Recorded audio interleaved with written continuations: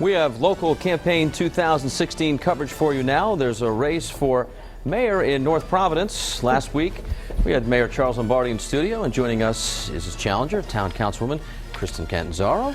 Good morning. Thanks for coming in. Good morning. Good to see you. Oh, nice to be here. Thank you. All right. So let's start with the obvious question. Why? Well, I have been a resident in North Providence most of my adult life, and I raised my family here in North Providence. And just the passion for being a public servant and caring for others and wanting to help them is the reason why I ran for office to begin with. And I want to lead with the same passion I had 6 years ago to be the next mayor of North Providence. Now, it's always tough to knock out an incumbent, especially somebody who's been there for a long time. What was your thought process as far as what sort of angle, I say angle of attack, but what is your kind of your campaign platform? Well, I don't want to say an angle of attack as much as it's really the people. I've listened to the people of North Providence and their concerns, and you know, they feel like they've been neglected a lot of their basic needs.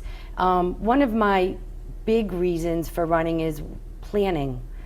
We have tons of vacant properties in our town, and under my administration, we will have an economic plan that fills these vacancies to have a thriving business community.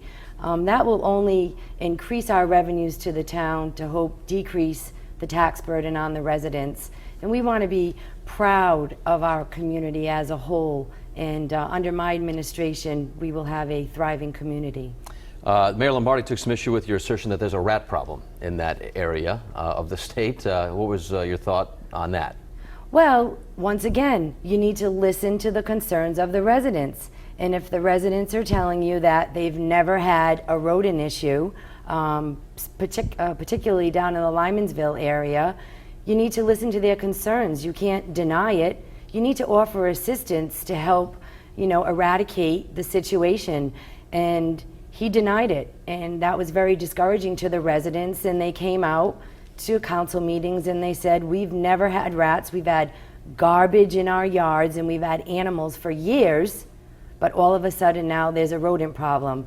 That's something that the town needs to assist our residents. That's a basic need, and we can't forget why we're elected officials, and it's to help and assist the residents through their basic needs.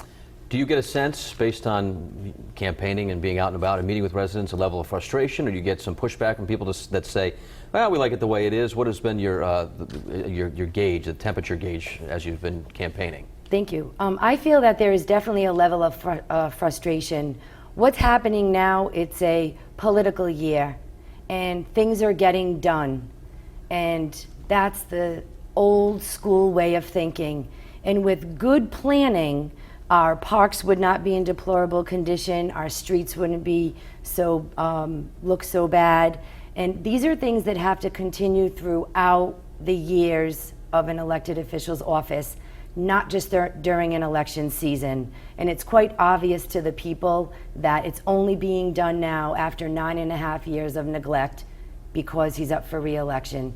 And that's something that we have to do all the time. We expect our taxpayers to pay their taxes on time. They expect us to maintain our town on time. All right, thanks so much for coming in this morning. Thank you for having me. All right, I'm sure we'll be hearing a lot from you over the next couple of months. If you'd like to see this interview again in its entirety or learn more about Campaign 2016, just go to our website, WPRI.com.